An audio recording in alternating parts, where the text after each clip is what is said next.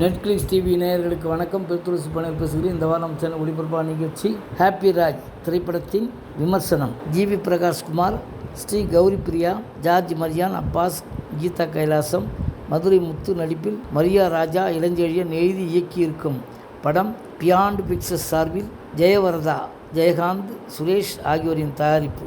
தோற்றம் காரணமாக குதிரை முட்டை என்று ஊராரால் உருவக்கேலி செய்யப்படும் அப்பாவுக்கு ஜார்ஜ் மரியான் மகனாக பிறந்து அப்பாவால் ஹாப்பி என்று மகிழ்ச்சியாக அழைக்கப்படுபவன் அரவிந்த் ராஜ், ஜிவி பிரகாஷ். ஆனாலும் அவனுக்கு அப்பா மீது கோபம். காரணம், குதிரை முட்டையின் பையன் என்பதால் அவனை எந்த பொண்ணும் காதலிப்பதில்லை. குதிரை முட்டையின் மருமகன் என்றால் ஊரை சிரிக்கும் என்று அவன் காதலிக்கும் பெண்ணும் பிரார்த்தனா நாதன் விட்டுவிட்டு போய்விடுகிறாள். எனவே அவன் அப்பா பற்றி யாருக்கும் தெரியாத பெங்களூருக்கு வந்து ஐடி கம்பெனியில் வேலைக்கு சேர்கிறான். அந்த ஐடி கம்பெனியில் முக்கிய பொறுப்பில் இருப்பவளும் மாபெரும் நவநாகரிக அல்ட்ரா மாடர்ன் வெள்ளைத்தோல் வட இந்திய தொழில் அதிபரின் மீண்டும் அப்பாஸ் மகள் கௌரி பிரியா மீது அவனுக்கு காதல் வர அவளும் காதலிக்கிறாள். அப்பா அம்மாவோடு வந்து பெண் கேள் என்று அவள் சொல்ல ராஜிக்கு அதிர்ச்சி. எனினும் ராஜியின் அப்பா மற்றும் அம்மா கீதா கைலாஸ் ஆகியோரின் ஃபோட்டோ பார்த்து நாயகியின் குடும்பம் ஒத்துக்கொள்கிறது.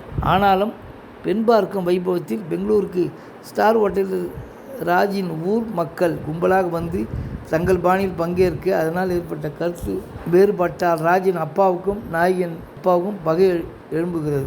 காலில் வந்து மன்னிப்பு கேட்க வேண்டும் என்று இருவரின் அப்பாவும் ஒருவரிடம் எதிர்பார்க்க பிரச்சனை பெரிதாகிறது.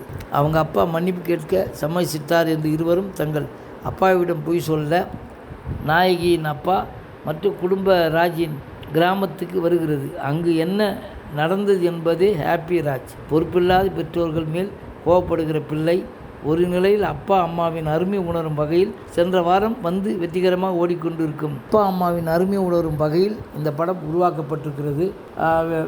வித்தியாசமான ஒரு கதையமைப்பு. இதில் ஜிவி பிரகாஷ் ரொம்ப சிறப்பாக நடித்திருக்கிறார். இதில் நடித்த அத்தனை பேருமே அழகாக நடித்திருக்கிறார்கள்.